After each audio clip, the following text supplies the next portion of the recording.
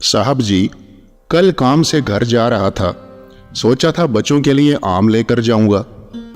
आमों की रुत तो खत्म होने वाली है और बच्चों ने अभी तक आम चखे भी नहीं थे। अभी बाजार पहुंचा ही था कि साथ वाले पिंड के मौलवी साहब मिल गए। बड़े परेशान थे। बता रहे थे कि 2 दिन हुए मस्जिद की दीवार गिर गई है, कुछ चंदा इकट्ठा हो जाए तो दीवार खड़ी कर दी जाए। अल्लाह के घर की दीवार गिर गई थी साहब जी। फीके का तो दिल ही गिर गया। आमों का जायका मुंह में घुला हुआ था और मेरे काके की शक्ल आंखों में। कल कह रहा था, अब्बा मैं तो नाश्ते में भी पराठे के साथ आम खाऊंगा। काके की गल सुनकर मेरे मुंह में भी पानी आ गया। साहब जी, छोटे छोटे कतरे बारिश के पड़ रहे थे। गीली मिट्टी में भी जैसे आमों की खुशबू रच गई थी। और पता नहीं साहब जी, आम तो जैसे एकदम ही बदमजा हो गए, मेरे बेसवादे। सोचा आम फिर कभी ले जाऊंगा और पैसे आमों वाली रेहड़ी से 2 कदम दूर खड़े मौलवी साहब को चंदे में दे दिए। बच्चों की शक्लें आंखों के सामने आती रहीं। दिल को बहलाता रहा, तसल्लियां देता रहा कि बच्चों को समझाऊंगा, वो तो समझ जाएंगे और अगले हफ्ते इंशाअल्लाह बच्चों के लिए आम ज़रूर लेकर जाऊंगा।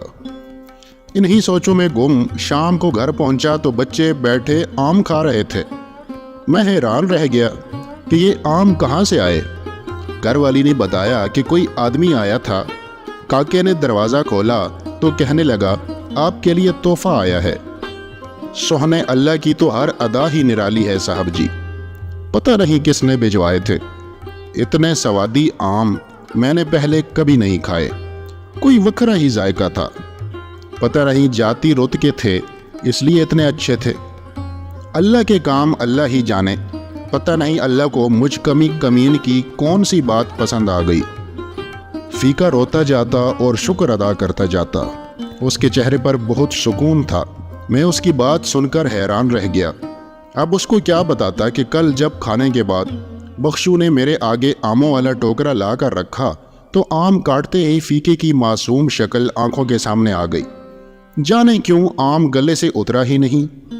फीके की माँ बहुत नेक औरत थी। उसने कभी किसी के आगे हाथ नहीं फैलाया था। हमेशा मेहनत करके बच्चों का पेट पाला। माँ जी उसकी बहुत कदर करती थी। माँ जी कहा करती थी, पुत्र फीके की माँ का हमेशा ख्याल रखना। मैंने तो अरसा हुआ फीके के घर कोई तोहफा ही नहीं भिजवाया था।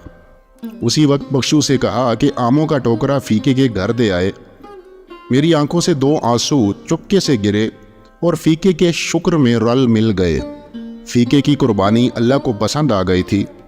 नेकियों के दरख्तों पर बेमौसम भी बूर आया करता है। मैं भी कितना खुशकिस्मत था। अल्लाह ने फीके का चंदा वसूल करके रसीद मेरे ज़रिए भिजवाई थी।